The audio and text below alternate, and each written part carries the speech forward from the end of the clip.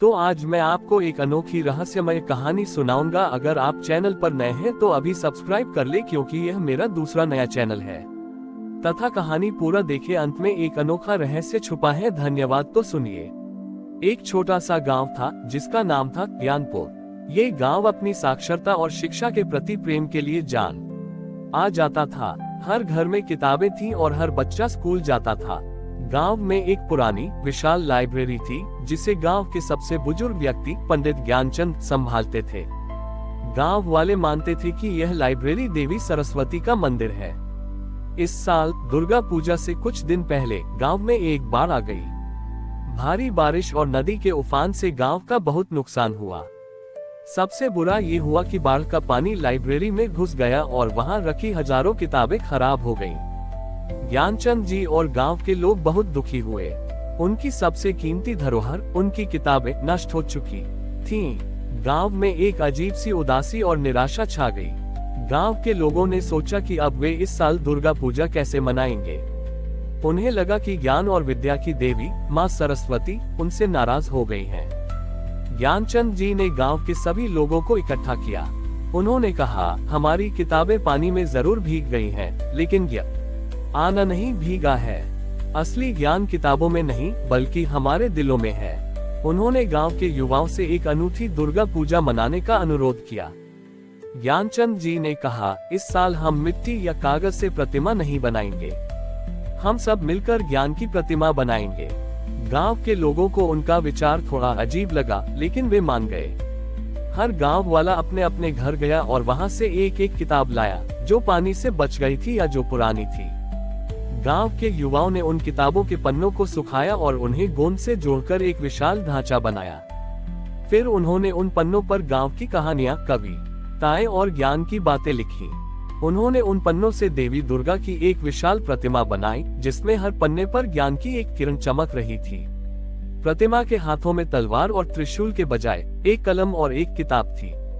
ये प्रतिमा न केवल दुर्गा माँ की शक्ति का प्रतीक थी, बल्कि यह ज्ञान, शिक्षा और साक्षरता की भी प्रतीक थी। दुर्गा पूजा की रात जब इस अनूठी प्रतिमा की पूजा शुरू हुई, तो एक अद्भुत चमत्कार हुआ। आसमान से एक हल्की रोशनी प्रतिमा पर पड़ी और हर पन्ने पर लिखी बातें चमकने लगी। गांव के लोगों ने देखा कि उस प्रतिमा से एक सकारात्मक ऊर्जा निकल रही है, जिसने गांव की हर उदासी और निराशा को दूर कर दिया। गांव वालों को अपनी गलती का एहसास हुआ। वे समझ गए कि देवी की सच्ची पूजा दिखावे में नहीं, बल्कि ज्ञान की रक्षा और उसके प्रसार में है। उस दिन के बाद हर साल दुर्गा पूजा पर ज्ञानपुर के लोग किताबों की एक नई लाइब्रेरी बनाते हैं और हर घर में एक ज्ञान का दीपक जलाते हैं। इस कहानी ने ज्ञानपुर को ये सिखाया कि सच्ची शक्ति तलवार में नहीं, बल्कि कलम में होती है, और जब तक हमारे पास ज्ञान है, कोई भी चुनौती हमें हरा नहीं सकती। ज्ञानपुर गांव में किताबों की प्रतिमा की पूजा के बाद से एक नई ऊर्जा का संचार हुआ था। गांव के लोगों ने मिलकर एक नई मजबूत लाइब्रेरी का निर्माण किया, जो अब बाढ़ के पानी से सुरक्षित थी। लेकिन कुछ समय बाद एक नई समस्या सामने आई। गांव में एक अजीब सा डर फैलने लगा था। लोगों के बीच अफवाहें उड़ रही थी कि रात के समय कुछ अदृश्य ताकतें गांव में घूमती हैं, जो लोगों को डराती हैं और उनकी किताबों से पन्ने चुरा लेती हैं। गांव के बच्चे रात में अकेले बाहर जाने से डरने लगे थे और बड़े भी अपनी किताबों को छिपाकर रखने लगे थे।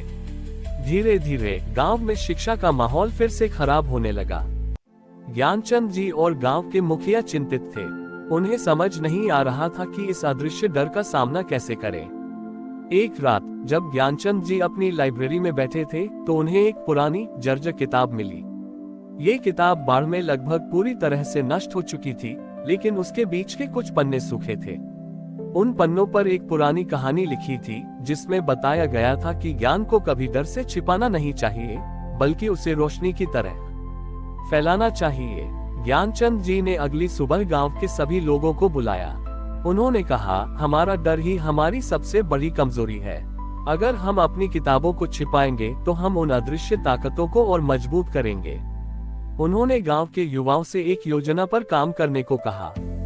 दुर्गा पूजा से ठीक पहले सभी ने मिलकर एक बड़ा अभियान शुरू किया। उन्होंने अपने अपने घरों से उन पुरानी किताबों के पन्ने निकाले जो नष्ट हो चुके थे। फिर उन्होंने उन पन्नों को छोटे छोटे टुकड़ों में फाड़कर उन पर ज्ञान की बातें, कहानियां और कविताएं लिखी। दुर्गा पूजा की रात जब पूरा गांव पंडाल में इकट्ठा हुआ तो ज्ञानचंद जी ने एक बड़ी मशाल जलाई। उन्होंने गांव के लोगों से कहा, आज हम ज्ञान को डर से नहीं बल्कि रोशनी से हराएंगे। गांव के लोगों ने अपने घरों के बाहर और गलियों में उन पन्नों को लालटेन में रखकर जलाया। हर घर के बाहर, हर गली के कोने में एक छोटी सी रोशनी जलने लगी जो ज्ञान के प्रतीक थी। रात में पूरा गांव ज्ञान की रोशनी से जगमगा उठा। जब वे अदृश्य ताकतें आईं, तो उन्होंने देखा कि पूरा गांव रोशनी से भरा हुआ है और हर रोशनी ज्ञान के एक छोटे से हिस्से को दर्शा रही है। वे रोशनी से डर गईं और भाग खड़ी हुई। वे समझ गईं कि इस गांव के लोग ज्ञान को डर से नहीं बल्कि आस्था से देखते हैं और उसे फैलाते हैं। उस दिन के बाद गांव में कोई डर नहीं था। ज्ञानपुर के लोग हर रात अपने घरों के बाहर एक लालटेन में ज्ञान का एक पन्ना जलाते थे, जो न केवल उन्हें रोशनी देता था बल्कि उन्हें ये भी याद दिलाता था कि ज्ञान की शक्ति से कोई भी डर नहीं बच सकता। ज्ञानपुर गांव अब पूरी तरह से सुरक्षित और ज्ञान की रोशनी से जगमगा रहा था। गांव के लोग अब अपनी शिक्षा और संस्कृति पर गर्व करते थे। लेकिन कुछ समय बाद एक नई समस्या ने उनके सामने सिर उठाया। गांव के पास की नदी में पानी कम होने लगा था और किसान अपनी फसलों के लिए परेशान थे। बारिश नहीं हो रही थी और गांव का जल स्तर लगातार घट रहा था। गांव के लोगों ने हर संभव प्रयास किया, लेकिन कोई फायदा नहीं हुआ। वे फिर से निराशा में डूबने लगे। उन्हें लगा कि शायद ज्ञान की देवी माँ सरस्वती ने उन्हें ज्ञान तो दिया है, लेकिन प्रकृति के वरदान से वे वंचित रह गए हैं। ज्ञानचंद जी ने इस बार भी गांव के लोगों को इकट्ठा किया। उन्होंने कहा, ज्ञान सिर्फ पढ़ने से नहीं आता, वह हमें प्रकृति को समझने और उसका सम्मान करने से भी मिलता है। उन्होंने बताया कि गांव के पास एक पुराना बावड़ी है जिसे वर्षों पहले बंद कर दिया गया था क्योंकि गांव में पानी की कमी नहीं थी।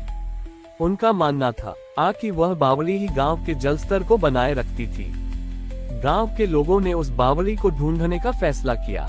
यह कोई आसान काम नहीं था। बावड़ी पूरी तरह से मिट्टी और मलबे से ढकी हुई थी। गांव के सभी लोग, युवा और बुजुर्ग, मिलकर बावड़ी की खुदाई में जुट गए। उन्होंने फावड़े और कुदाल चलाए, लेकिन उनका काम बहुत धीमा था। तब ज्ञानचंद जी को एक नया विचार आया। उन्होंने गांव के बच्चों और युवाओं से कहा, हम अपनी किताबों के ज्ञान का उपयोग करेंगे। उन्होंने गांव के हर बच्चे को एक एक किताब दी और उनसे कहा कि वे उन किताबों के पन्नों पर गांव के इतिहास, कहानियों और पुरानी कहावतों को फिर से लिखें, लेकिन इस बार हर पन्ने पर वे एक पेड़ या पानी के स्रोत का चित्र बनाएंगे। दुर्गा पूजा की रात जब पूरा गांव पंडाल में इकट्ठा हुआ तो ज्ञानचंद जी ने एक बड़ा ऐलान किया। उन्होंने कहा कि आज के बाद हर गांव वाला जो भी नई किताब लिखेगा या कोई कहानी बनाएगा, उसमें हमेशा प्रकृति और पर्यावरण के बारे में एक अध्याय होगा। जब वे बावड़ी की खुदाई का काम कर रहे थे तो एक अद्भुत चमत्कार हुआ। जैसे जैसे वे खुदाई कर रहे थे, उन पन्नों पर बनाए गए पेड़ और पानी के स्रोत के चित्र चमकने लगे। उन चित्रों से एक अदृश्य ऊर्जा निकली जिसने मिट्टी और मलबे को हटाना आसान कर दिया। देखते ही देखते बावड़ी का रास्ता साफ हो गया और नीचे से ठंडा स्वच्छ पानी निकल आया। गांव के लोगों की खुशी का ठिकाना न रहा। उन्होंने देखा कि ज्ञान की देवी माँ सरस्वती ने उन्हें न केवल ज्ञान दिया है बल्कि प्रकृति को समझने और उसकी रक्षा करने का भी तरीका सिखाया है। उस दिन के बाद ज्ञानपुर के लोग यह मानने लगे कि ज्ञान और प्रकृति का गहरा रिश्ता है।